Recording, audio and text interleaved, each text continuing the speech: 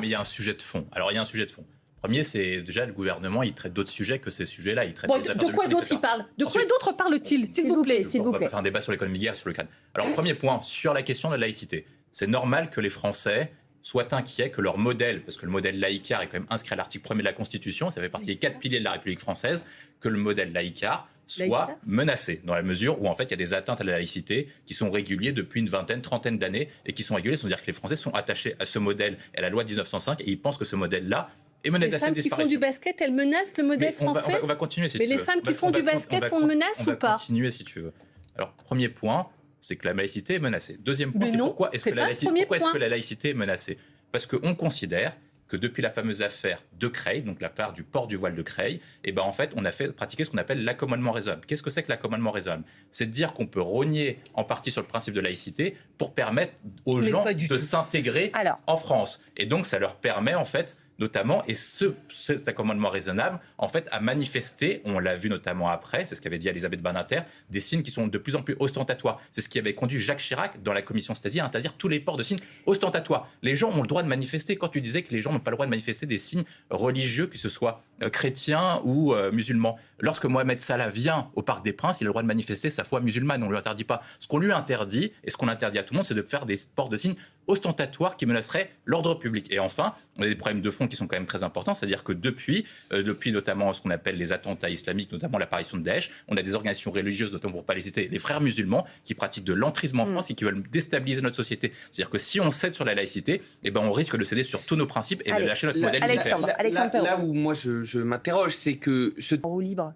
C'est un gouvernement qui est en roue libre, mais parce que François Bayrou ne définit pas de ligne. En fait, on ne sait pas ce que François Bayrou pense sur le voile, on ne sait pas ce que François Bayrou pense sur la question algérienne. Il a organisé un comité interministériel pour dire que le gouvernement allait mener une riposte graduée. Mais en fait, on ne sait pas ce qu'il veut définir par cette riposte graduée et on ne sait pas ce qu'il veut devenir d'Alger. On sait ce que pense Elisabeth Borne, on sait ce que pense Emmanuel Macron, on sait ce que pense Bruno Retailleau et Gérald Darmanin. Mais qu'est-ce que pense François Bayrou au premier chef ? Et c'est cette absence de ligne qui coûte cher à François Bayrou. Parce qu'en fait, s'il définit une ligne claire, ils sont tous liés par la solidarité gouvernementale, ils sont quand même concurrents, certes, entre eux pour des postes supérieurs, mais ils sont quand même solidaires, parce que si le gouvernement tombe, ils vont tous tomber en même temps, et donc ils sont quand même tenus par cette ligne. Mais comme François Bayrou ne veut pas tenir une ligne, les ministres en fait s'embarquent sur ce sujet. Quand François Bayrou tient une ligne, par exemple sur le budget, la plupart des ministres étaient solidaires, ils ont tous tenu la ligne de Lombard, de Amélie de Montchalin et de celle de François Bayrou. Mais sur la question algérienne, la question c'est qu'est-ce qu'il veut concrètement ? Est-ce qu'il veut permettre à Bruno Retailleau de reprendre le contrôle de la politique migratoire, c'est-à-dire en fait de forcer l'Algérie à délivrer des laissez-passer consulaires, et dans ce cas-là, vous n'avez pas le choix, il faut que ça coûte plus cher à l'Algérie de refuser des laissez-passer consulaires que d'en donner. Dans ce cas-là, Bruno Retailleau a raison, vous faites une riposte graduée, de 3 biais. Dénoncer les accords de 68 pour limiter les regroupements familiaux. Deuxième point, c'est dénoncer les visas pour viser les élites algériennes. Et troisième point, c'est la question des soins. Est-ce que vous le faites ou pas ? Donc vous avez des ripostes graduées. Sanctions commerciales, c'est beaucoup plus compliqué parce que ça relève des compétences de l'Union européenne. Et après, autre point qui est posé, c'est quelle relation on veut établir avec l'Algérie ? Est-ce qu'on considère que ce qui est important, c'est l'histoire qu'on a en commun, ou est-ce que ce qui est important, c'est les sujets qu'on a actuellement, comme les sujets commerciaux avec le gaz, ou les sujets migratoires ? Justement, sur la question commerciale, faut pas... ça peut... L'ensemble du gouvernement sont pris entre deux contradictions. Pour tenir politiquement, vous avez besoin de l'aile gauche de la majorité présidentielle et du Parti socialiste.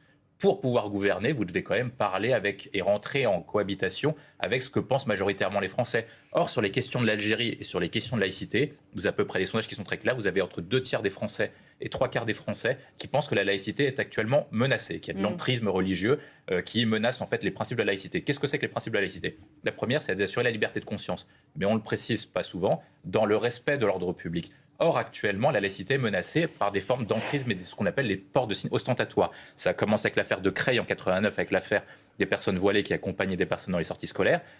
Ensuite, après, ça a continué avec la commission Stasi de Jacques Chirac, qui avait interdit le port des signes religieux. Et après, on a eu d'affaires diverses avec le burkini, etc., qui, en fait, regroupent et qui alimentent régulièrement les polémiques. Donc là, à ce point-là, vous avez un sujet. Est-ce que, en fait, vous protégez la laïcité ou pas ? Et vous n'avez pas le choix lorsque vous appelez Bruno Retailleau et Gérald Darmanin. Vous êtes obligé de tenir des positions fermes, surtout lorsque vous avez un agenda électoral. Il est inconcevable pour eux d'envisager une élection présidentielle et d'apparaître comme faisant ce qu'avait fait Lionel Jospin dans les années 80, un accommodement raisonnable sur ces questions-là, sinon de perdre tout crédit en vue d'une prochaine candidature à l'élection présidentielle. Antoine et Catherine. Je pense que... Qu'est-ce que dit l'opposition? William T. sur ce point. En fait, il a un problème essentiel, Bruno Retailleau, c'est qu'il est à la fois ministre de l'Intérieur, mais il est surtout candidat à la présidence des Républicains. Et malheureusement, on a vu l'expérience notamment avec ce qui s'est passé à la primaire de 2016, avec notamment les caricatures qui ont été faites contre Alain Juppé, qui avait été appelé à l'époque Ali Juppé par des militants, et ça va lui coûter notamment l'élection de la primaire. Si Bruno Retailleau se rend à l'Iftar, il sera vu auprès du peuple de droite ou du peuple supposé de la droite comme pratiquant de la commandement raisonnable. Une rupture par rapport à la laïcité. Non, mais je vous pose la question. Moi, je pense que s'il y va, je pense qu'il perdra énormément de points à la course de la présidentielle et peut-être qu'il perdra sur cette question-là. Mais pardon, quand un ministre a un portefeuille et donc des choses très... Un recadrage à faire à un moment de la part du ministre, il n'y a pas des questionnements à avoir au sein du gouvernement là-dessus, sur ce que ça donne comme image aussi du gouvernement? Est-ce que ça, c'est la ligne de François Bayrou? Moi, je pense que Bruno Retailleau commence petit à petit sur la question algérienne ou sur cette question-là à rentrer dans ce qu'avait dénoncé Laurent Wauquiez. C'est-à-dire que c'est de plus en plus compliqué d'être ministre de l'Intérieur et candidat à la présidence des Républicains, et qu'en fait, c'est compatible de faire les deux. Et c'est pour ça que, par exemple, il y a des postes qui sont incompatibles avec une fonction partisane. Président de l'Assemblée, c'est incompatible avec une fonction de partisane de parti. Président de la République également, parce qu'en fait, vous devez vous élever au-delà de la question des partis pour incarner l'ensemble des Français. Et moi, je pense qu'il aurait dû, comme ministre des Cultes, assurer, au nom de la laïcité, la liberté de conscience et le respect de la pratique de tous les cultes, s'il veut rester cohérent avec lui-même. Et qu'en entrant dans ce jeu-là, il se met dans une position qui lui met quand même en position compliquée. Mais moi, je maintiens, s'il y va, il sera vu comme Alain Juppé, comme à l'époque, il avait été critiqué comme Ali Juppé, donc il perdrait vraisemblablement la présidence des Républicains. Et on va dire qu'il y a 3 critères pour savoir si on a le droit de parler ou pas lorsqu'on est membre du gouvernement. Le premier, c'est si vous êtes important ou pas. C'est-à-dire que c'est plus simple de parler lorsqu'on est Gérald Darmanin, lorsqu'on est plutôt un ministre qui est quand même beaucoup moins connu.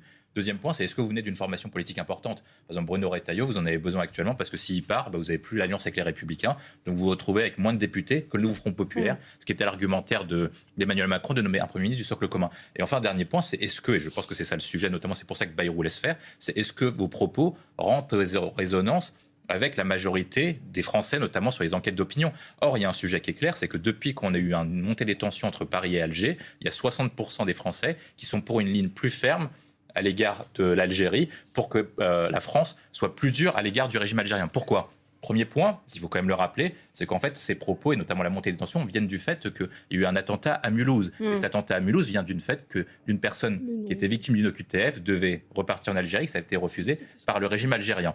Deuxième point aussi, c'est qu'il y a une montée aussi des tensions qui sont très fortes avec l'Algérie, au regard de la décision du président de la République de reconnaître la souveraineté du Sahara occidental au Maroc, vis-à-vis de l'Algérie. Donc l'Algérie a quand même pris des mesures à l'égard de la France, qui fait que la France est désavantagée. Et après, dernier point, c'est qu'en fait, on a une relation qui est tumultueuse, qui est basée sur l'amour-haine entre notre pays et le leur. Certes, la France a 3 millions de ressortissants algériens, mais dans le même temps, le régime algérien, lorsque le président de la République a tenté d'avoir des passerelles avec eux, en 2017, lorsqu'il avait dit que la France avait commis des crimes contre l'humanité, etc., a toujours eu une fin de recevoir. Il n'a pas pu établir de nouvelles relations avec l'Algérie. Pourquoi ? Parce que le régime algérien, quand même, tient sur une ligne qui est quand même le discours de la rente mémorielle, qui lui permet de tenir au pouvoir, malgré sa faible efficacité économique sur le plan interne, en alimentant la haine de la France. Je suis désolé, Catherine, ça le fait sourire, mais en tout cas, c'est la vérité. Ça me fait pas sourire, ça me fait pouffer.